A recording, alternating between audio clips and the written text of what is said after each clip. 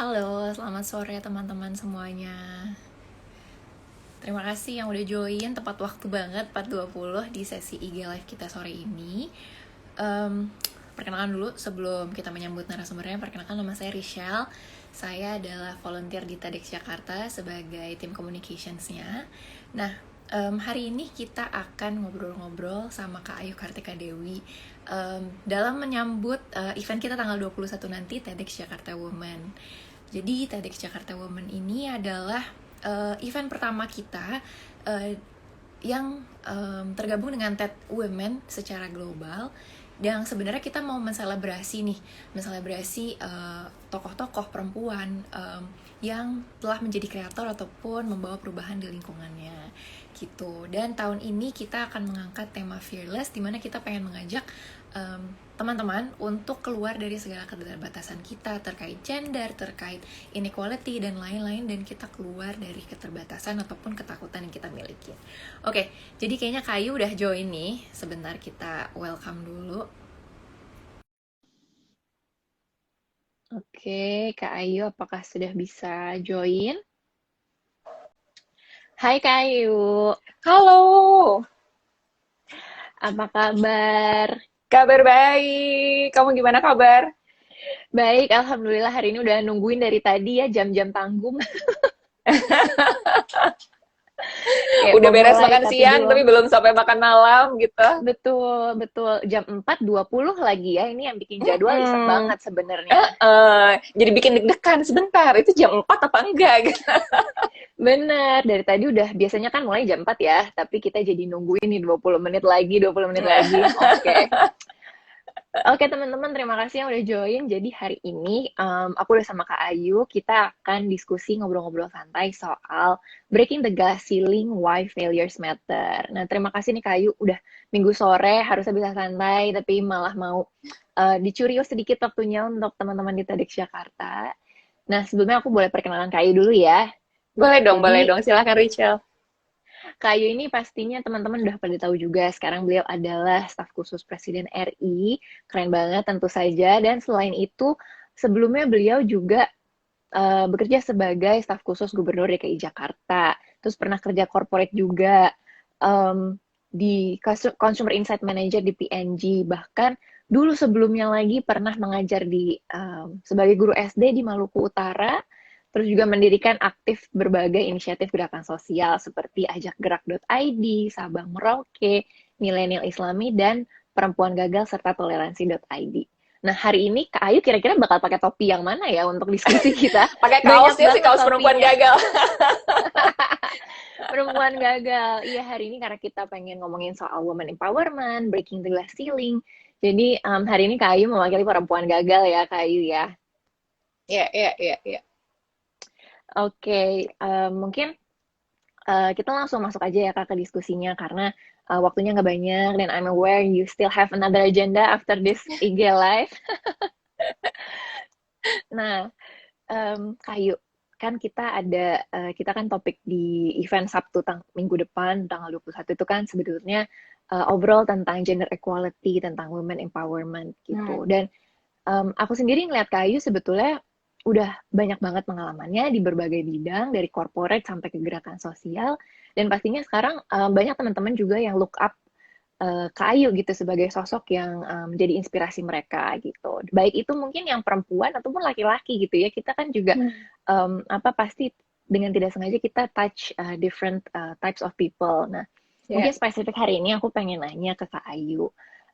Buat Kak Ayu sendiri itu makna pemberdayaan perempuan tuh apa sih? Um, Intinya kan gimana caranya kita tuh bisa membuat perempuan tuh berdaya ya. Nah, berdayanya dalam hal apa gitu. Kadang-kadang tuh kalau kita ngomongin pemberdayaan tuh kadang-kadang langsung mikirnya, oh pemberdayaan ekonomi gitu ya. Gimana caranya agar perempuan bisa punya uang sendiri. Sehingga bisa mengambil keputusan sendiri atas uangnya gitu. Nah, Mhm. menurut saya itu adalah salah satu aspek. Karena sebenarnya menurut saya payung besarnya adalah memberdayakan perempuan agar perempuan tuh bisa mengambil keputusan atas hidupnya sendiri. Dan yang ini yang kadang-kadang kita lupa untuk mikirin Karena proses memberdayakan perempuan itu kan proses jangka panjang banget ya. Itu adalah proses pendidikan seumur hidup gitu. Ini bahkan kita berdua nih, Michelle, kayak harus terus-terusan mengingatkan diri kita sendiri bahwa Betul. ada kalanya kadang-kadang kita sendiri juga tidak berdaya gitu. Dan ketika dipikir-pikir lagi gitu, atau kadang-kadang ketika ada mentor yang ngingetin kita, kenapa lu memutuskan ya gitu? Iya, kenapa kita memutuskan seperti itu ya? Atau kenapa kita tidak mengambil langkah ini instead of ini gitu. Jadi proses pemberdayaan perempuan itu adalah proses universal yang harus dilakukan oleh siapa saja kepada semua anak-anak perempuan gitu, kepada semua orang perempuan. Dan ini sebenarnya nanti tentu saja dalam konteks yang berbeda, nggak cuma perempuan gitu, laki-laki juga perlu diberdayakan dengan konteks masing-masing, karena laki-laki juga punya challenge-nya sendiri-sendiri gitu. Nah, kalau dalam konteksnya perempuan itu biasanya proses pengambilan keputusan, dan yang lumayan sering adalah soal keberanian. Karena kadang-kadang tuh perempuan tuh lebih, apa ya, kayak misalnya ada risetnya kayak gini nih, Rachel. Pernah dengar nggak? Jadi kalau misalnya ada lowongan pekerjaan gitu ya, terus misalnya lowongan pekerjaannya itu mensyaratkan A, B, C, D, E gitu. Nah, perempuan tuh hanya akan apply kalau misalnya udah sesuai semua tuh, kalau udah A, B, C, D, E gitu. Sementara laki-laki itu tuh more likely untuk udah hajar aja dulu, apply aja dulu gitu. Dan akhirnya kan jadi kita bisa menebak dong siapa yang lebih mungkin untuk keterima kerja. Ya orang-orang yang lebih banyak nyobanya gitu. Ya, jadi contoh-contoh kayak gini tuh kadang-kadang kita mungkin terlalu taat gitu ya, terlalu patuh. Dan mungkin karena kita dididik ya, kamu jadi perempuan harus bener gitu, harus sesuai sama aturan gitu, harus nurut sama orang tua. Terus nanti kalau udah punya suami harus nurut sama suaminya gitu. Kita dididik untuk nurut, untuk patuh. Sehingga kita kadang-kadang lupa bahwa aturan itu biasanya dibuat tuh ada alasannya, dan kita lupa mempertanyakan apakah alasan itu masih valid apa enggak. Ya benar. Jadi poin utamanya harus berani gitu ya. Kita jadi memberdayakan perempuan maupun laki-laki ya. Tapi mungkin untuk penyederhanaan kita sebutnya hari ini memberdayakan perempuan. Betul. Jadi supaya kita lebih berani untuk mencoba mengambil keputusan gitu kan, dan lebih sadar juga gitu keputusannya kenapa diambil, dan mungkin nggak akhir serta merta nurut sama apa kata orang atau apa yang value-value yang tidak sengaja diimpose ke kita gitu kali ya, Kak ya. Banget. Nah, tadi menarik nih, aku mau ingetin teman-teman juga, kalau misalnya di tengah-tengah diskusi ada yang mau nanya sama Kak Ayu, silahkan langsung gunakan fitur Q&A-nya, ada tanda tanya di bawah, nanti kita langsung coba raise pertanyaan teman-teman ya, di tengah-tengah biar lebih mengalir. Nah, Oke, udah banyak yang dadah-dadah, halo semuanya. Iya, halo semuanya. Ini kebetulan kita lumayan bertepatan dengan banyak event-event lain nih Kak, sebenarnya event online lagi banyak banget weekend ini kan. Lagi rame banget. Terima kasih teman-teman yang udah stay tune di kita. Oke, jadi aku mau lanjut nih, nanya ke Kak Ayu dulu. Kalau tadi konteksnya seperti itu gitu ya, maksudnya kita bisa mengambil keputusan sendiri kita secara sadar, terus kemudian kalau dilihat dari sejarahnya itu kan dulu juga mungkin belum bisa seperti itu ya kan, maksudnya kita sekarang udah banyak melihat tokoh perempuan di ranah publik gitu, sementara dulu perempuan tuh sangat-sangat terbatas aja di rumah gitu, perannya domestik sekali. Dan sekarang kita udah lihat banyak kesempatan untuk orang bisa sekolah, bahkan keluar negeri, pendidikan tinggi sampai S3, jadi profesor, bahkan udah jadi menteri, jadi staf khusus presiden gitu kan, ya mungkin hal ini belum pernah terbayangkan gitu sebelum-sebelumnya. Nah, menurut Kayu sendiri kalau melihat konteks dan evolusi itu, apakah sekarang udah cukup? Dan sebenarnya kalau di modern time sekarang, selain tadi ya berani mengambil keputusan secara sadar dan independen gitu, mungkin seperti apa lagi sih Kak yang bisa kita lakukan gitu, move forward di waktu modern yang seperti sekarang ini gitu? Kalau ditanya udah cukup apa belum, tuh pasti belum ya. Karena sebenarnya kalau kita ngelihat, itu kan yang tadi yang Rachel sebutin adalah anekdotal gitu kan. Orang-orang yang kebetulan kayak misalnya saya gitu ya. Sebenarnya kan saya lumayan privilege gitu ya. Saya dibesarkan di keluarga yang sangat peduli sama pendidikan misalnya. Sehingga saya, dan lumayan tidak berlebihan gitu, tapi cukup cukup untuk hidup sehingga saya bisa fokus ke pendidikan saya sendiri gitu. Ketika saya kerja, saya nggak repot ngurusin keluarga, sehingga saya bisa nabung buat diri saya sendiri misalnya. Jadi banyak banget privilege yang diberikan ke saya, sehingga saya bisa berada di tempat saya yang sekarang. Nah, tapi ini tidak bisa menjadi acuan kayak, oh udah ada kok perempuan yang jadi ini, udah ada perempuan yang jadi ini, sehingga we are good gitu. Karena kalau misalnya kita ngelihat sebagian besar perempuan di muka bumi ini gitu ya, ini nggak cuma di Indonesia, itu tuh memang masih belum baik gitu kan. Kalau misalnya kita ngelihat angka kecukupan gizi gitu ya, kalau misalnya dibandingin, atau misalnya kayak angka lanjut sekolah gitu, itu kan semuanya juga masih beda gitu antara laki-laki sama perempuan. Atau lihat aja misalnya sekarang leader-leader di perusahaan gitu ya, atau misalnya leader-leader di politik, itu masih jauh lebih banyak laki-lakinya daripada perempuannya. Belum lagi kita ngomongin soal unconscious bias gitu. Atau misalnya sebelum masuk ke conscious bias, misalnya kayak soal pendidikan gitu ya. Misalnya setiap kali saya ngomongin soal pentingnya buat kita bisa kuliah ke luar negeri, kayak misalnya Rishal tadi bilang gitu ya, pentingnya kuliah ke luar negeri, itu yang perempuan-perempuan itu saya selalu masih nerima curhatan kayak, kak aku nggak boleh nih kuliah ke luar negeri sama keluarga sendiri karena misalnya belum nikah. Kamu mau jadi apa nanti kalau perempuan sekolah tinggi-tinggi, udah sekolah tinggi-tinggi tuh makin gak laku gitu. Dan ini kadang-kadang dari teman-teman terdekat sendiri atau dari keluarga sendiri. Yang laki-laki mungkin tidak akan mendapatkan sebegitu banyak tekanan. Karena kadang-kadang tuh asumsinya atau kayak stereotipnya adalah kalau laki-laki makin sukses tuh makin banyak, lingkarannya bisa makin gede, sementara kalau perempuan kalau makin sukses juga justru lingkaran jodohnya gitu ya, justru mengecil gitu. Dan ini kan tentu saja membuat banyak perempuan jadi kayak, bener nggak ya, ragu-ragu nih mau kuliah ke luar negeri tapi belum punya pacar atau belum menikah gitu.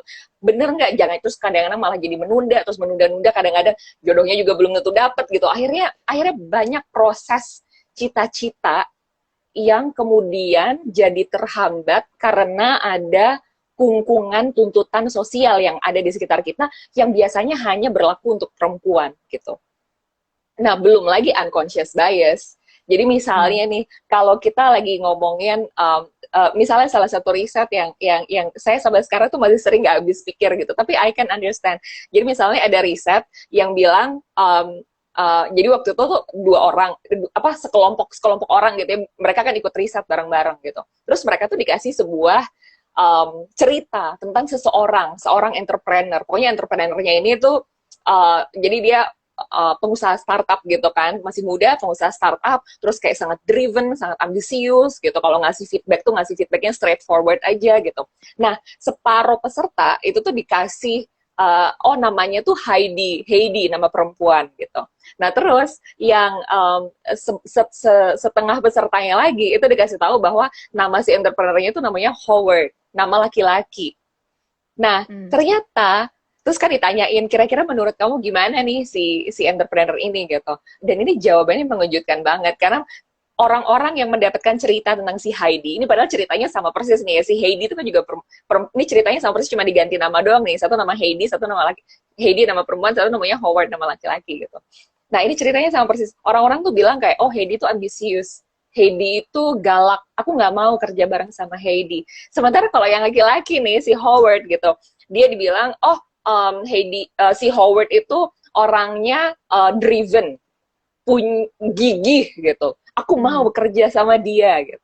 Dan ini padahal ceritanya sama persis, literally sama persis, kayak kata per kata cuma diganti namanya doang. Artinya orang-orang tuh punya ekspektasi yang berbeda terhadap laki-laki dan perempuan, yang kadang-kadang membuat ekspektasi ini membuat perempuan jadi susah jadi leader. Karena perempuan yang jadi leader kalau tegas tuh dibilang galak, tapi kalau misalnya nggak tegas dan terlalu lembek, dibilang kamu terlalu baik, kamu nggak bisa jadi pemimpin. Jadi kayak we can't win, nggak bisa menang, karena kayak selalu, jadi kayak ekspektasi tuh kayak begitu banyaknya gitu. Jadi, nah kayak gini tuh yang sebenarnya kadang-kadang membuat kita jadi terbelenggu dan makin susah untuk menavigasi kehidupan gitu. Gimana caranya kita agar bisa sama-sama maju. Terus belum lagi nanti kalau misalnya udah menikah, misalnya yang memutuskan untuk menikah, misalnya memutuskan punya anak, terus misalnya kalau anaknya kenapa, ibunya sih sibuk, emang bapaknya nggak sibuk, terus bapaknya nggak tugas ngurusin anak, kan bikinnya bareng ngurusnya bareng juga dong. Nah jadi kayak ekspektasi kayak gini tuh kadang-kadang bikin kita jadi Ya, yang ditanyain Rachel tadi gitu, masih banyak PR-nya. Misalnya perempuan dilecehkan, itu biasanya masih ditanya, kamu pakai baju apa? Kamu ngegoda-goda ya? Atau kamu keluarnya jam berapa? Kamu sih kalau sama laki-laki ramah banget gitu. Nah, yang masih ada di efek-efek efek menyalahkan si korbannya, menyalahkan si perempuannya masih ada gitu. Jadi kalau ditanyain sih masih panjang banget ya Rachel ya, kayak banyak banget sebenarnya yang masih harus bisa dibenerin, dan mau nggak mau memang harus dibenerin sedikit demi sedikit, satu persatu gitu ya, dan semua orang harus melakukan partnya masing-masing. Betul. Jadi maksudnya Kak Ayu tadi masih banyak PR di berbagai sektor juga ya Kak ya. Jadi nggak cuman Banget. tadi di awalnya mungkin hanya segi ekonomi, sekarang perempuan bisa ada kesempatan untuk bekerja, dapat akses pendidikan, tapi sampai ke spektrum lain yang juga contohnya pelecehan seksual atau kekerasan Ya, dalam rumah tangga dan lain-lain seperti itu. Jadi memang selalu kadang-kadang aku lihatnya kalau secara sederhana memang perempuan itu role domestik dan aspirasi dia di eksternal atau di luar rumah itu selalu dipertentangkan gitu. Jadi betul, betul.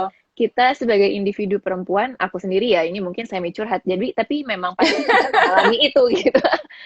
Kayaknya di dalam diri kita sendiri juga suka bertentangan. Kalau gue kayak gini, apakah gue bisa diterima gitu kan? Apakah gue Ya, melakukan peran gue dengan baik gitu, baik itu di keluarga maupun di luar keluarga gitu kan? ya. Karena itu kayaknya erat banget antara jadi ibu yang bekerja atau ibu yang di rumah itu juga kadang-kadang ada perdebatannya sendiri. Iya, banget, banget, banget. Dan biasanya kan selalu ditanyain kan, kalau misalnya ini kedua orang tuanya sama-sama bekerja gitu, terus habis itu ada yang salah satu keluar tugas keluar kota gitu. Ini kalau bapaknya yang tugas keluar kota kan jarang tuh ya ada orang yang nanya anaknya sama siapa gitu. Ya, ya, Hmm. karena memang selalu diasumsikan anaknya akan sama ibunya. Tapi kalau misalnya ibunya yang keluar kota itu pasti ditanyain, anaknya sama siapa? Sama bapaknya gitu. Sama siapa lagi?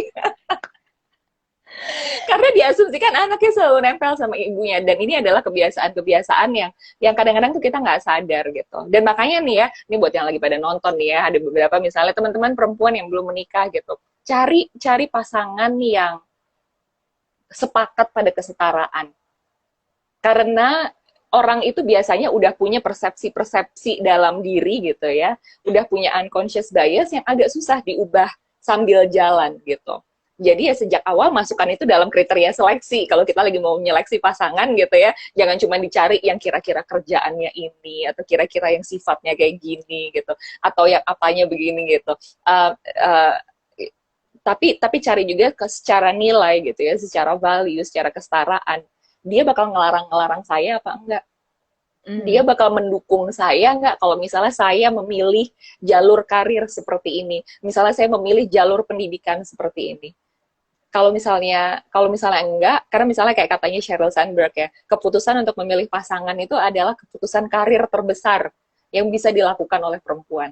Karena punya pasangan yang tepat, kalau misalnya kita memutuskan untuk punya pasangan ya, punya pasangan yang tepat itu akan make or break terhadap karir kita. Pasangan yang tepat akan mendukung karir kita, pasangan tepat akan yang membantu untuk membesarkan anak-anak sehingga kita juga bisa bekerja dengan optimal gitu di dalam dan di luar rumah. Karena kan ya bikinnya bareng, ngurusnya bareng. Benar-benar. Karena biasanya justru yang ya ada faktor juga yang perempuan kan pada umumnya gitu ya, ketika dia udah mulai berkeluarga, punya suami, apalagi kalau punya anak, dia akan kecenderungan untuk berhenti bekerjanya tinggi gitu dan belum tentu bisa masuk lagi ke workforce dan akhirnya jadi ya again balik lagi ke kemampuan ekonominya dia secara Betul. individu sebagai perempuan jadi ada gap lagi sama laki-laki gitu kan. Betul, Oke. betul, betul, betul. Nah, ini ada pertanyaan dari teman-teman nih, Kak. Mungkin kita bisa jawab dulu ya. Kita pilih salah satu Boleh deh. dong. Em, mana ya? Wah, ada Oke, Ellen mungkin tuh. Ellen bilang, Mbak Yu bilang gitu waktu fase considering pasangan. Apa ya waktu itu ya? Iya ya, jadi kalau nggak salah tuh waktu itu saya sempat ngobrol sama Ellen teman lama saya. Terus sekarang mereka udah menikah, udah punya anak. Pastikan pasangan kita mendukung kita untuk menjadi manusia yang seutuhnya gitu, yang paling optimal gitu. Jangan sampai justru pasangan kita adalah orang yang ngerem kita gitu. Tapi justru orang yang seharusnya bisa mendukung kita menjadi perempuan yang seutuhnya dan seoptimal-optimalnya berkontribusi untuk masyarakat. ya Setuju, Kak. Nah, mungkin tadi menyambung itu juga ya, kalau kita mencari pasangan gitu kan, pasti kan dia udah dididik nih sama keluarganya gitu. Hmm, Nyambung ke pertanyaan dari Maun Agus ini, apakah unconscious hmm, bias gender juga dipengaruhi oleh pola didik keluarga dan lingkungan? Gitu, karena ya kita kan menginternalisasi value ya ya, dari apa yang ya, diajarkan orang tua maupun ya, lingkungan kita gitu. ya. Ngaruh banget ya Rachel. Jadi kayak contoh sederhana nih, kadang-kadang kalau di keluarga saya kebetulan tidak seperti itu gitu. Tapi kadang-kadang masih ada gitu kan, kadang-kadang masih ada orang yang curhat gitu. Kayak, iya nih, kayak misalnya laki-laki nggak bisa masak gitu. Kenapa? Karena sejak kecil kalau lagi mau masuk dapur, mau ngebantuin ibunya masak, mau belajar masak, atau mau ngebantuin ayahnya masak, mau belajar masak, terus dia dibilang, kalau ini dalam kebetulan konteks keluarga yang masih lumayan tradisional, konservatif dalam dalam perannya gitu ya, lagi mau ngebantuin ibunya masak terus dibilang ngapain anak-anak laki-laki masuk ke dapur, nggak usah. Hmm. Nah kadang-kadang kayak hal-hal kayak gini tuh peran stereotip gendernya juga direinforce oleh perempuannya juga secara tidak sadar, Hmm. karena pengen anak laki-lakinya tuh jadi cowok banget gitu kan, sehingga kalau masak tuh nggak cowok banget gitu. Dan ini tuh sebenarnya apalagi kalau misalnya teman-teman yang udah pernah tinggal di luar negeri gitu ya, ini tuh sesuatu yang sebenarnya agak agak agak agak khas khas mungkin mungkin budaya timur ya, saya nggak punya risetnya gitu, tapi kalau saya ngelihat dari teman-teman saya ini tuh agak khas budaya timur, karena kalau di waktu saya ke kuliah di US itu tuh ketika kita misalnya lagi ngumpul bareng masak bareng, itu baik cowok maupun cewek semuanya bawa masakan sendiri-sendiri. Terus kelihatan banget nih selalu ada cowok-cowok Indonesia yang karena nggak bisa masak gitu ya, terus akhirnya beli makanan dari mana atau kayak bawa chips, cuman bawa kayak apa potato chips atau bawa cemilan gitu karena nggak bisa masak. Dan itu tuh jadi kelihatan banget karena maksudnya saya sebagai orang yang lumayan aware sama sama ini gitu ya, terus ngeliat kayak wah, dan ini beda banget kan, artinya di negara-negara yang mungkin um, pendidikan kesetaraannya tuh sudah bagus gitu ya, itu tuh nggak dibedain namanya masak, belajar masak tuh pakai tangan sama pakai lidah gitu, nggak ada hubungannya sama gender. Jadi semuanya semuanya harus bisa masak karena masak tuh kan life skill ya, sedih banget Ya, kalau nggak bisa masak ya. betul betul. Nah, ini ada pertanyaan juga sih, Kak. Gimana caranya Hmm, break unconscious bias di keluarga sendiri? Nah, mungkin agak susah ya. Takutnya kan kita nggak mau agak susah nggak mau banget dibilang betul. lawan orang tua gitu ya. Iya, tapi menurut saya penting banget juga untuk kita tuh sadar bahwa kadang-kadang kita tuh terlalu nurut atau terlalu nggak enakan. Ini kalau misalnya pas kita kayak saya tuh beberapa bulan lalu tuh sempat misalnya ngobrolin tentang peran laki-laki dan perempuan gitu. Ini sebelum saya ngejawabin pertanyaannya Vivi Bli adalah saya mau ngejelasin dulu Richard tentang bedanya peran kultural sama peran biologis. Jadi ini Hmm. saya ngambil dari bukunya Yuval Noah Harari yang judulnya Sapiens. Jadi kalau peran biologis itu adalah peran-peran yang berkaitan sama organ khusus laki-laki atau perempuan. Jadi misalnya kalau peran biologisnya perempuan adalah memproduksi ASI misalnya, atau Hmm. hamil dan melahirkan, itu adalah peran biologisnya perempuan. Peran biologisnya laki-laki adalah memproduksi sperma gitu. Jadi meskipun misalnya kayak laki-lakinya mau nih memproduksi ASI tapi dia kagak bisa karena secara biologis nggak dibangun buat itu gitu. Laki-lakinya mau hamil gitu, ya nggak bisa karena laki-lakinya dibangun nggak punya rahim. Kecuali kalau kamu adalah kuda laut gitu ya yang bisa membawa anak-anaknya. Nanti habis ini pasti ada yang nge-googling kuda laut jantan hamil gitu. Nah, itu adalah peran-peran biologis. Nah, peran kultural adalah peran-peran yang nggak ada kaitannya sama organ tubuh kita. Bikin kopi, masak, ngebersihin rumah, mendidik anak, nganterin anak ke sekolah atau ke dokter, ngebenerin genteng, masang perkakas, itu semua adalah peran-peran kultural yang nggak ada hubungannya sama biologis gitu. Jadi Vivi dan semua teman-teman ini, apalagi kalau misalnya di keluarga gitu ya, kadang-kadang memang nggak enak gitu, tapi saya encourage kita harus bisa stand up for ourselves, karena kalau kita nggak stand up for ourselves, kita membiarkan diri kita dibulldozer oleh semua orang yang ada di sekitar kita. Ya gimana cara kita mau jadi perempuan yang berdaya gitu.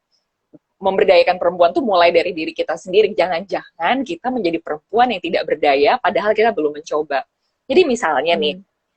Dan ini kadang-kadang kita nggak akan bisa ngeceramahin kayak gini ya. Kadang-kadang kan Iya. memang agak sulit, dan kadang-kadang tuh memang harus kayak case by case aja gitu. Kayak misalnya ada waktu itu yang pernah cerita, iya kak, kalau misalnya pas lagi ngumpul rame-rame sama keluarga besar, kadang-kadang yang perempuan tolong bikinin kopi dong gitu. Nah, kalau misalnya selama puluhan tahun semua anak perempuan yang ada di keluarga besar itu mengiyakan, maka tidak akan pernah ada proses edukasi yang terjadi. Tapi misalnya ada satu aja anak perempuan yang bilang, kenapa harus anak perempuan bikin kopi? Itu kan cuma butuh tangan sama butuh lidah buat ngicipin kopinya udah manis atau belum. Laki-laki juga punya tangan sama punya lidah. Ya mungkin ngomongnya nggak usah seberapi-api gini ya. Nanti bisa digaplok. Ngomongnya baik-baik gitu ya. Atau mungkin ngomongnya sambil bercanda gitu, laki-laki kan juga bisa gitu, bapaknya bisa bikin, jadi maksudnya kayak tentu saja kayak proses-proses, tapi bahwa kita harus stand up for ourselves itu tuh sebuah proses yang harus dilakukan. Risikonya tentu saja ada, risikonya kayak kita akan dianggap sebagai anak yang membangkang gitu ya, anak yang nyolot atau apa gitu. Kebetulan saya pribadi di keluarga nggak pernah merasakan seperti itu karena ibu saya tidak pernah membesarkan anak-anaknya seperti itu gitu. Jadi I don't have that issue. Tapi buat teman-teman, tapi saya juga menghadapi isu-isu kayak gitu di tempat-tempat lain gitu kan. Jadi jangan sampai teman-teman ketika menghadapi itu, ya kita harus bilang gitu. Karena kadang-kadang namanya unconscious bias itu nggak unconscious bias itu orang-orang unconscious gitu. Nah, tadi barusan bilang soal ngangkat galon, itu peran yang beda lagi. Itu peran yang beda lagi. Jadi gini teman-teman, bedakan antara kemampuan dengan kemauan. Jadi ketika misalnya, karena massa otot laki-laki, ini secara biologis, massa otot laki-laki itu memang lebih besar. Makanya badan laki-laki memang biasanya lebih besar dan memang kekuatannya lebih tinggi. Makanya kalau di olimpiade, di cabang-cabang olahraga memang dipisahkan antara laki-laki dan perempuan, bukan karena segregasi, tapi karena memang secara biologis alam itu membentuk manusia laki-laki dan perempuan memang lebih kuat laki-laki. Sehingga kalau digabung, ya memang pasti perempuannya bakal kalah. Iya kan? Iya, iya. Nah, terus misalnya soal balik ke ngangkat galon. Ngangkat galon itu bukan tugas laki-laki, tapi tugas siapapun yang kuat. Tugas siapapun yang bisa. Jadi bahwa kalau misalnya terus biasanya kalau dibalikin kayak gitu itu artinya belum belum belum tuntas gitu, belajar belajar soal peran biologis dan peran peran kulturalnya belum tuntas. Misalnya perempuannya lagi nggak bisa masak gitu ya, for whatever reason, misalnya lagi sakit, ya maka menjadi tugasnya siapapun yang sedang bisa. Misalnya, atau misalnya ini tugasnya bapaknya gitu, bapaknya yang lagi seharusnya masak dan lagi nggak bisa, ya menjadi tugas siapapun yang sedang bisa gitu. Jadi jangan jangan dibalikin dengan itu apa ya, kayak serangan-serangan yang sebenarnya nggak adil gitu kan, karena itu bukan hubungannya soal gender. Ngangkat galon atau enggak itu adalah soal bisa apa enggak gitu. Nanti kalau misalnya Betul. nyetir tugasnya siapa gitu, ya siapa yang bisa dan siapa yang punya SIM. Yang itu bukan tugasnya gender gitu. Ya, yang bisa aja, yang bisa membawa kita dengan selamat ke tempat tujuan tanpa ditangkap polisi karena nggak bawa SIM, ya itu aja. Iya, iya, betul-betul. Jadi sebagai, apa ya, maksudnya memang masih banyak PR-nya dari hal-hal kecil keseharian. Hmm, Narasi besar sampai narasi kita, di keluarga yang kecil-kecil gitu juga memang masih masih banyak PR-nya ya. Jadi kita sebagai individu mungkin tadi Kak Ayu udah sempat ngasih tipsnya, coba kita edukasi ngobrolin pelan-pelan dengan pemahaman tadi soal peran kultural, peran biologis, supaya, hmm, lingkungan terdekat kita juga bisa mendukung kita nih sebagai perempuan gitu kan. Nah, betul. oke, mungkin aku mau masuk ke section berikutnya nih dari diskusi kita, um, Boleh. karena kalau misalnya tadi kita ngomongin perempuan udah bisa menentukan jalan hidupnya sendiri gitu kan, bisa Hmm, mencoba banyak hal, bisa menjadi banyak peran yang mereka ingin lakukan gitu Kak, di berbagai setting konteks sosial, pasti akan ada momen-momen di mana kita apa ya, menemukan sesuatu yang mungkin nggak cocok satu. hmm, Kedua, terus ternyata yang kita pengen banget ternyata kita nggak berhasil gitu untuk mencapai itu hmm. gitu kan. Ya banyak hal lah mungkin karena kurang dukungan orang terdekat atau mungkin karena kompetensi kita masih kurang gitu. Dan ini kan mungkin kita bisa masuk sedikit ke self development yang itu tadi tuh Kak. Kalau misalnya aku sering baca gitu ya di banyak buku self help, self development, psikologi, apapun, you name it. Failure is part of the journey gitu sebetulnya, yang memang kita harus belajar gimana caranya embracing the failure itself. Jadi kayak oke, gue gagal, tapi nggak boleh mutung gitu, nggak boleh putus asa. Cuman kan kadang-kadang agak susah ya, namanya juga kita lagi kecewa, lagi kesulitan, terus disuruh nggak boleh sedih gitu misalnya. Nah, mungkin sebelum aku masuk gimana cara mengatasinya, aku pengen nanya dulu nih, karena Kak Ayu udah bikin perempuan gagal gitu kan, sebenarnya ini kan wadah yang baik ya, wadah yang pengen mainstreaming atau menselebrasi kegagalan, bahwa atau menormalize kegagalan itu bukan end of the world gitu kan, supaya kita sebagai perempuan juga punya support system, punya komunitas, bahwa kita bisa maju bareng-bareng. Tuh, nah mungkin Kayu bisa share sedikit kenapa kita penting untuk bisa nggak cuman mengalami kegagalan, tapi bisa membicarakannya, bisa membahas dan mendiskusikan kegagalan kita gitu Kak. Ya, kegagalan itu kan adalah bagian yang tidak terpisahkan di dalam hidup. Kita tuh nggak mungkin gitu kita seumur hidup nggak gagal dalam kita nyobain apapun gitu ya. Kita menjadi individu, kita di kantor, kita di organisasi, di komunitas, kita sebagai anak, kita sebagai orang tua, sebagai teman, itu kita nggak mungkin nggak gagal. Pasti ada momen-momen di mana kita gagal. Yang beda adalah kita itu gagalnya tuh dengan graceful apa enggak.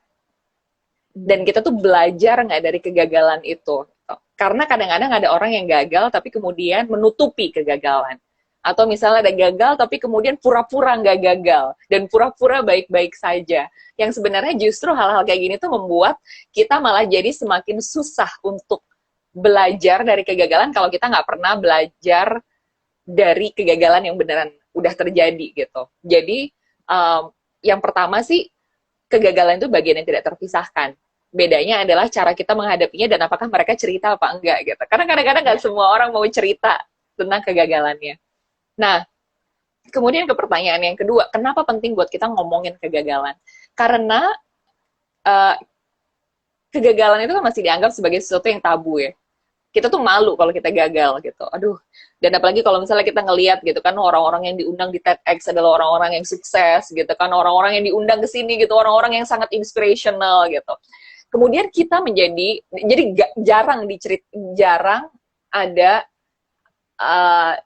orang menceritakan tentang kegagalan itu jarang gitu, sehingga kita kemudian kalau kita lagi gagal, kita ngerasa sendirian, kita ngerasa wah akulah orang paling malang di seluruh dunia gitu, akulah orang yang paling bodoh di seluruh dunia gitu karena aku gagal. Yang kita tidak tahu adalah sebenarnya bisa jadi banyak banget orang-orang lain yang juga mengalami kegagalan serupa, yang seandainya kita tahu, kita tuh nggak sendirian. Dan kalau misalnya kita merasa kita tidak sendirian, maka kalau kita ngelihat orang lain bisa balik gitu ya, jatuh habis itu rebound lagi, balik lagi, kita jadi punya kekuatan gitu, kita jadi punya harapan, oh nggak apa-apa aku sekarang jatuh, karena aku tahu aku suatu saat akan bisa balik lagi. Ini dengan bentuk apapun ya, dengan aspek apapun gitu. Tapi jadi kalau saya kadang-kadang tuh bilang, mendengarkan cerita-cerita tentang kesuksesan orang tuh bisa memberikan inspirasi. Tapi mendengarkan cerita tentang kegagalan, itu tuh jangan-jangan memberikan kekuatan buat kita untuk bangkit lagi. Jadi makanya di Perempuan Gagal tuh saya encourage banget buat semua orang untuk menceritakan kegagalan. Karena satu, yang akan tersembuhkan itu mula-mula dari diri kita sendiri dulu. Kalau kita gagal, itu kan sebenarnya kita gagalnya 2 kali ya, Cel ya. Jadi gagal ketika kita beneran gagal gitu ya, gagal misalnya ikut lomba gitu ya, terus ya udah gagal gitu, itu gagal yang pertama tuh. Terus habis gitu sambungannya adalah kita gagal karena kita mikirin kegagalan yang tadi, dan kita ngebego-begoin diri kita sendiri karena kita gagal, udah dasar gitu aja nggak bisa, gimana sih, udah dibilangin nggak usah ikut, makanya gagal tuh kan, malu gitu, tuh kan udah dibilang nggak bakal bisa gitu, aduh seandainya waktu itu aku begini, seandainya. Jadi kegagalan yang kedua itu tuh terjadi karena kita ruminating gitu, kayak ruminating itu apa ya, kayak ngemikirin itu terus-terusan tentang kegagalan yang pertama. Jadi we don't fail just once. Kita tuh sebenarnya setiap kali gagal tuh kita gagalnya 2 kali gitu. Dan kadang-kadang ini biasanya lebih parah di perempuan gitu. Karena lebih banyak menyalahkan diri sendiri gitu kan. Nah, dengan kita menceritakan kegagalan ini, paling enggak kita meringankan beban dari kegagalan yang kedua ini. Karena tiba-tiba kita jadi tahu, oh saya nggak sendirian. Karena beneran deh, setiap kali kita udah ngomongin kegagalan tuh nanti pasti ada orang-orang yang juga cerita gitu. Oh iya aku juga gini, oh iya aku juga gini, oh iya aku juga gini, aku juga gini gitu. Terus tiba-tiba kita sadar kayak oh ternyata nggak sendirian gitu. Jadi gagalnya jadi cuma satu aja gitu ya, the factual kegagalan waktu kita mengalami kegagalan, udah selesai. Habis itu jadi kemudian seharusnya langkahnya bisa jadi lebih lebih logis. Oke, kalau gagal tadi diceritakan gagal CPNS tahap akhir gitu ya, ya dipikirin gitu apa yang bikin gagal, kira-kira apa yang mau diperbaiki. Terus habis itu mungkin waktunya refleksi, bener nggak saya pengen jadi PNS gitu kan, jangan-jangan jadi PNS karena disuruh sama orang tua gitu kan. Uh, ya jadi bener nggak kita pengen melakukan itu gitu. Jadi proses refleksi itu perlu dilakukan gitu. Jadi tidak lagi ngebego-begoin diri sendiri karena kita gagal sesuatu. Ya, ya, benar sih. Jadi pertama mengurangi beban mental diri kita sendiri juga ya. Itu kenapa kita harus bisa menceritakannya kembali. Paling nggak kalau nggak di forum publik ya ke teman-teman terdekat kita supaya dapat support itu. Dan harapannya teman-teman di sini bisa punya teman-teman yang supportif juga ya harapannya. Iya, atau ke psikolog, cari professional help. Betul. Betul, betul. Karena aku sendiri juga pernah ada di posisi itu gitu ya. Aku lagi waktu itu ceritanya mau mencoba beasiswa beberapa kali, tapi memang belum berhasil. Jadi kalau aku nih mungkin aku bisa share sedikit. Jadi kayak oke, mungkin gue pasti bisa. Aku masih berpikir aku pasti bisa dapat beasiswanya, cuman mungkin bukan sekarang. Maybe there's something else for me this year, misalnya kayak gitu. Jadi kalau aku kadang-kadang berusaha untuk tetap optimis, walaupun nggak mau juga jadi false positivity lah mungkin kayak gitu ya. Jadi emang harus dibalance sih, tapi yang penting kita pertama menyadari terus kita mengutarakan gitu kali ya Kayu. Betul, betul. Dan sepakat banget sama yang dibilang sama Rachel gitu. Jadi yang juga penting adalah menyadari kita tuh sebenarnya kontrolnya ada di mana. Jadi kalau saya tuh sering bikin kayak ada 3 lingkaran gitu ya. Ini kadang-kadang kalau saya lagi agak-agak pelik gitu sama kerjaan, sama hidup, sama menghadapi orang tertentu gitu ya. Karena kan kadang-kadang ada aja gitu ya orang di sekitar kita yang kayak nah, bikin lingkaran ya. Teman-teman yang lagi ada di sini, nonton di sini gitu ya, coba ambil kertas, bikin 3 lingkaran. Lingkaran kecil, terus di yang lebih besar di sini itu lingkaran lebih gede lagi, kemudian lebih gede lagi itu lingkaran. Jadi 1, 2, 3 gitu. 1, 2, 3. Nah, lingkaran yang paling kecil adalah circle of control. Yang kedua adalah circle of influence. Dan yang ketiga yang paling gede adalah circle of concern. Hal-hal yang ada di circle of control adalah hal-hal yang sepenuhnya bisa kita kontrol.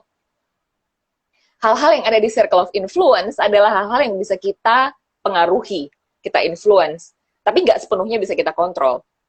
Kemudian hal-hal yang ada di circle of concern adalah hal-hal yang kayak udahlah kita nggak akan bisa influence gitu. Kayak nanti sore bakalan hujan apa enggak, itu hal-hal yang kita nggak akan bisa influence gitu. Ya mungkin concerning, apalagi kalau kita ada jemuran di luar gitu ya, kita kepikiran hujan nggak gitu. Tapi kita nggak akan bisa mengontrol. Pelan-pelan jelasinnya, baik. Jadi ada 3 circle. Jadi circle yang paling kecil itu di circle of control, kemudian ada circle of influence, sama circle of concern. Circle of control adalah lingkaran kontrol yang ada di dalam kontrol kita. Circle of influence adalah lingkaran pengaruh, apa yang kita bisa pengaruhi. Lingkaran yang paling gede adalah circle of concern, lingkaran hal-hal yang kita kepikiran gitu ya. Nah, kayak misalnya kayak contohnya Rizal tadi gitu, daftar beasiswa, ya kan? Apa aja coba misalnya yang ada di dalam circle of control-nya Rizal? Yang pasti ngelengkapin semua persyaratannya dari berkas-berkas. Ya, yang pertama apply apa enggak dulu. Betul. Apply apa enggak? Karena kadang-kadang kita udah nggak mau apply tuh. Aduh, aku nggak mungkin lolos lah, mendingan aku nggak apply gitu. betul. Apply apa enggak, betul. Terus ngelengkapin administrasi, apalagi? Apa ya, mungkin waktu itu misalnya menyiapkan latihan interview atau riset kampusnya. Dan ya mungkin hal-hal itu ya yang bisa ada di kontrol kita. Betul, betul. Terus nyiapin esai sebaik-baiknya gitu, yang ngobrol sama banyak orang agar esainya makin lama makin bagus gitu. Terus Hmm. kita lolos apa enggak, itu ada di circle of influence. Kita bisa menginfluence, kemungkinan kita untuk dapat beasiswa bisa makin besar kalau kita persiapannya makin bagus. Tapi kontrolnya nggak ada di kita. Kontrolnya di orang lain, dan begitu banyak hal yang yang kita nggak akan bisa kelola dan kita nggak akan bisa prediksi. Jadi benar banget kayak yang dibilang sama Soli, to focus on things yang we can control. Dan kita tuh kadang-kadang lupa, dan kadang-kadang kita menyalahkan diri berlebihan untuk hal-hal yang kita nggak bisa kontrol. Tuh kan nggak lolos beasiswa itu karena gue bego banget. Padahal nggak lolos beasiswa itu aspeknya banyak banget. Belum tentu karena kita bego banget gitu. Salah satu wisdom, saya lupa dari siapa gitu ya. Kayak misalnya teman-teman ngeliat tanaman gitu ya di belakang-belakang saya, gara-gara pandemi saya jadi punya tanaman gitu. Kalau misalnya ada tanaman yang mati gitu ya, saya tidak akan mengatakan bahwa oh tanaman mati karena bibitnya jelek. Tapi mungkin saya akan bertanya-tanya, kenapa ya dia mati ya? Oh mungkin karena tanahnya kurang pas, atau mungkin kurang air, atau kebanyakan air, karena kurang sinar matahari, atau kebanyakan sinar matahari gitu.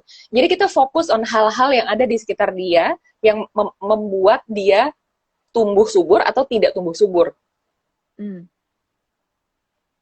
Sehingga, jadi kita tuh nggak menyalahkan, oh ini bibitnya pasti jelek nih. Sementara kalau misalnya kita yang gagal, kita tuh kadang-kadang menyalahkan, wah kita nih manusianya nih, Ayu nih, Rachel nih, gitu. Ini adalah manusia yang gagal, gitu. Instead of ada hal-hal, jadi misalnya kayak yang Rachel bilang gitu, skill-nya belum punya, atau mungkin ya kadang-kadang kesempatannya aja belum ada gitu, yang dapat beasiswa cuma 2 orang, yang daftar 3.000 orang, meskipun 3.000-nya bagus-bagus semua, yang dipilih cuma 2 orang gitu. Jadi banyak banget hal-hal di sekitar kita yang kadang-kadang itu tadi kita nggak bisa kontrol. Betul, betul. Sebenarnya aku pengen nanya nih, cuman waktunya tinggal dikit. Oke, jadi mungkin aku langsung nanya pertanyaan dari teman-teman juga di sini kali ya, harapannya bisa Boleh, boleh. mewakili. Kan kalau Kak Ayu nih tadi pengalamannya udah berbagai bidang, udah Hmm, pasti dalam membuat atau inisiatif sesuatu juga ada yang dicobain ternyata kurang berhasil, atau dengan atau untuk pribadi Kak Ayu sendiri mungkin merasa eh, aduh ini nggak sesuai sama yang gue harapkan nih hasilnya, baik itu hmm, aspirasi personal ataupun yang ketika membangun komunitas misalnya seperti itu. hmm. Nah, selain tadi kita menceritakan kegagalan kita, terus mungkin mencari kalau yang ada step by step jelasnya, mungkin kita bisa akses lagi ya di mana kita kurang persiapan. Misal aku beasiswa gitu ya, di mana Iya, kita kayaknya kurang persiapan, kurang maksimal. Tapi kan most things in life itu nggak selalu black and white, nggak selalu ada iya, tahap satu banget. dua tiganya. Iya. Nah, gimana tuh Kak Ayu, Kak Ayu sendiri untuk ketika menghandle adversities, kegagalan, gimana nemuin way forwardnya lagi gitu, semangatnya lagi, Hmm, atau oh kalau gitu gue next actionnya ini deh, karena hmm. gitu tadi hidup kita kan kita sendiri yang bikin petanya gitu ya, kadang-kadang Iya, ya itu nggak selalu sesuai sama apa yang kita iya, harapkan. iya, iya. Dua hal sih, Richel ya. Jadi yang pertama, saya mau ngomongin soal growth mindset, dan yang kedua nanti saya akan ngomongin soal 3P. Yang pertama dulu ini pelan-pelan supaya yang tadi bilang kayak kau pelan-pelan ngejelasinnya. Iya pelan-pelan. Nah, yang pertama saya mau ngomongin soal growth mindset sama fixed mindset gitu. Um, jadi ketika kita melakukan sesuatu, kemudian kalau kita gagal dan kita mundur, kadang-kadang tuh kita harus bertanya, apakah ini sesuatu yang benar-benar kita inginkan apa enggak? Karena seharusnya nih ya, kalau kita beneran pengen, kalaupun kita gagal, kita tuh bakal coba lagi gitu. Contoh paling sederhananya kalau kita lagi main video game ya. Kalau kita lagi main video game dan kita pengen banget gitu, saya tuh kecilnya, saya growing up main video game. Jadi kalau teman-teman yang udah punya anak gitu ya, nggak apa-apa loh main video game, karena beneran secara riset itu video game bisa membantu kecepatan berpikir dan membiasakan anak pada kegagalan. Jadi sebenarnya kalau Hmm. nggak berlebihan, it actually can be healthy. Um, nah, um, jadi gunakan waktu itu untuk refleksi juga, karena jangan-jangan jangan-jangan ya, kita tuh nggak bener-bener pingin gitu dengan Hmm. sesuatu yang lagi kita coba abis itu gagal, terus tapi kenapa aku nggak mau coba lagi ya, jangan-jangan kamu nggak bener-bener pingin gitu, jangan-jangan kemarin ketika nyoba tuh cuman karena nyoba-nyoba doang, atau kayak disuruh-suruh doang sama orang gitu ya, atau kayak karena semua semua teman-teman kita melakukan itu sehingga kita ikut-ikutan gitu, peer pressure kita ikut melakukan itu, kemudian ketika kita gagal kita jadi mundur gitu, kita memutuskan untuk nggak nyoba lagi, jangan-jangan kita nggak bener-bener pengen. Jadi yang pertama adalah kita harus jujur dulu gitu sama diri sendiri. Is this something that we truly want? Beneran nggak diri kita nih? Beneran nggak itu yang kita pengen? Jangan-jangan kita nggak bener-bener pengen. Jangan-jangan kita cuma kena peer pressure aja. Nah, itu yang pertama gitu ya. Uh, uh, ada oke deh. Terus saya masuk yang kedua dulu deh, soal 3P ya. Jadi Hmm. ketika kita gagal, itu tuh biasanya kita melakukan yang namanya 3P. P yang pertama adalah personalization, P yang kedua adalah pervasiveness, dan yang P yang ketiga adalah permanence. Saya jelasin satu-satu. Personalization. Ketika kita gagal, kita menganggap bahwa itu adalah salahnya kita. Oh, itu semuanya salahku gitu. Misalnya,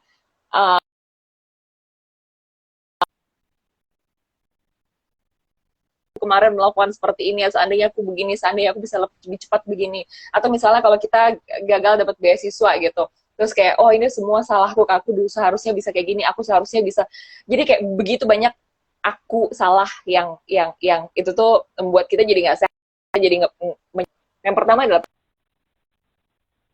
personalization. Yang kedua adalah pervasiveness. Pervasif itu luas gitu ya, kita merasa kalau kita udah gagal dalam satu aspek tuh kita akan gagal dalam semua aspek dalam hidup. Hidupku hancur, hidupku selesai karena aku gagal dalam hal ini gitu.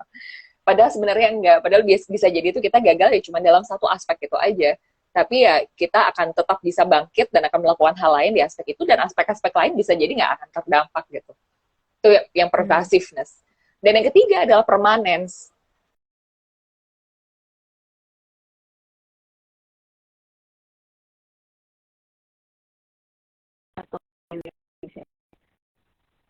Bakal membaik. Nah, ini juga juga ketika kita gagal, itu atas waktunya gagal itu. Kayak kita sedih tuh ada batas waktu.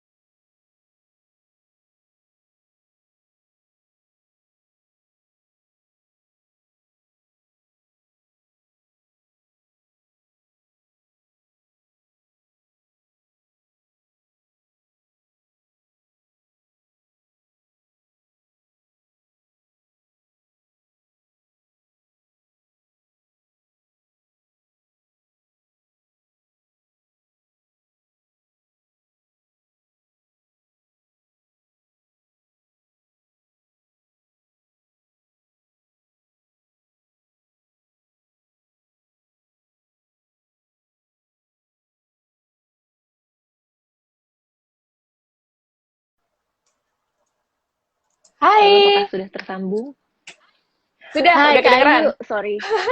Kayaknya wifi ku tiba-tiba unstable. langsung keringet dingin. Sorry banget, sorry banget. Teman-teman, kita sudah kembali. Bilang dong kalau misalnya udah bisa kedengeran. Iya, halo teman-teman, mohon maaf tadi ada, ya biasalah ya, namanya juga hidup, kadang tidak sesuai harapan, termasuk sore ini. Betul sekali ya. Oke, masih putus-putus ya, apakah sudah kembali? Kalau udah boleh di halo-halo. Saya sih bisa Tadi dengar Kak, Rachel dengan jelas. ya aku juga udah bisa dengar Oke. Kak Ayu nih. Uh-uh.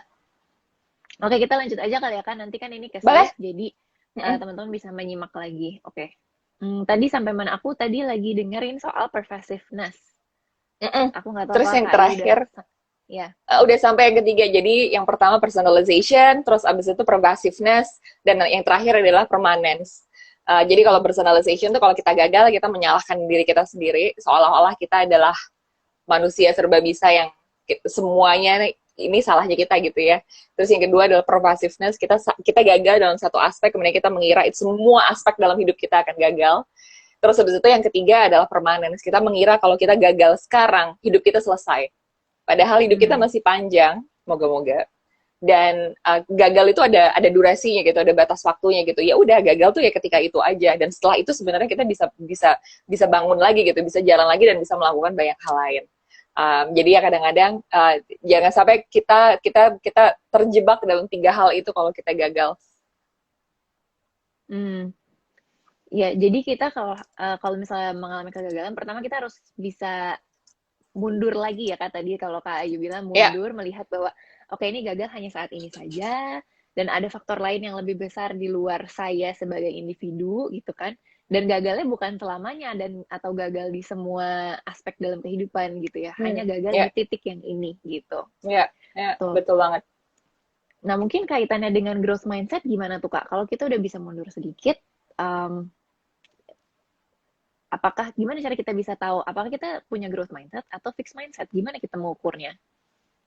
Uh, jadi growth mindset itu kan percaya bahwa kita tuh selalu bisa bertumbuh ya, bahwa skill itu selalu bisa diasah, bahwa kepribadian itu selalu bisa dibentuk gitu ya, bahwa sikap itu selalu bisa diajarkan. Itu adalah growth mindset. Sementara fixed mindset adalah udahlah memang dia orangnya emang kayak gini gitu, atau aku memang orangnya seperti ini, aku sudah nggak bisa diapa-apain gitu. Itu adalah fixed mindset. Aku memang orangnya nggak bisa main musik, aku memang orangnya nggak bisa masak, aku memang orangnya nggak bisa gini. Itu biasanya fixed mindset loh. Aku memang orangnya nggak bisa Hmm. ngomong di depan publik. Itu fixed mindset tuh, merasa bahwa ya udah kalau sekarang kita nggak bisa, maka selamanya akan kita nggak bisa. Nah, orang-orang dengan growth mindset itu tahu bahwa setiap kali mereka gagal, itu mereka akan belajar. Karena sebenarnya kan kita tuh nggak pernah benar-benar gagal ya. Kita tuh either sukses atau belajar. Nah, cuman Hmm. nggak semua orang ketika gagal tuh belajar gitu. Jadi, ya teman-teman yang ada di sini jangan sampai kita kalau gagal terus nggak belajar. Kan sayang ya, misalnya gagal tuh kan udah capek. Capek secara fisik dan mungkin kayak rugi resources gitu ya. Jangan sampai kita nggak belajar gitu dari proses ini. Ya, ya, betul sekali. Oke, karena sudah hampir habis nih waktunya Kak Ayu, setelah ini akan ada agenda berikutnya.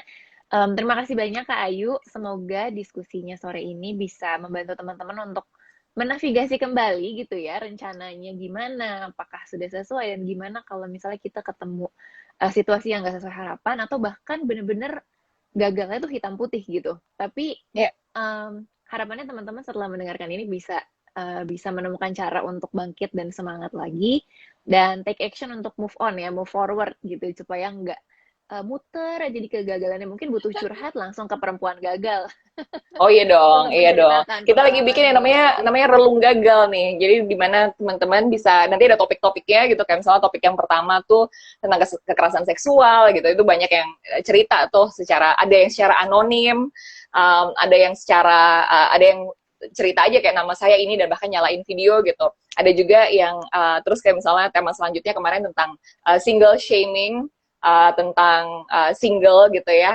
Terus nanti tema-tema selanjutnya, jadi teman-teman silahkan ditungguin tema-tema relung gagal selanjutnya, dan kalau misalnya nanti mau sharing-sharing cerita-cerita di relung gagal boleh banget. Oke, thank you Kak Ayu. Nah, aku juga mau Thank you ingetin banget. teman-teman, hari Sabtu besok kita bakal ada event TEDx Jakarta Women, temanya Fearless. Nah, supaya lebih berani gimana caranya keluar dari segala keterbatasan kita gitu ya. Jangan lupa kalau misalnya teman-teman belum dapat tiketnya, boleh langsung ke GoTix atau loket.com dicari TEDx Jakarta Women. Masih bisa dibeli tiketnya sampai tanggal 19 kalau masih ada kuota. Oke, semoga weekendnya menyenangkan, Kak Ayu. Thank you waktunya. Sampai ketemu Thank you lagi. banget Irishal ya. Sampai ketemu, sehat-sehat semuanya teman-teman. Bye-bye.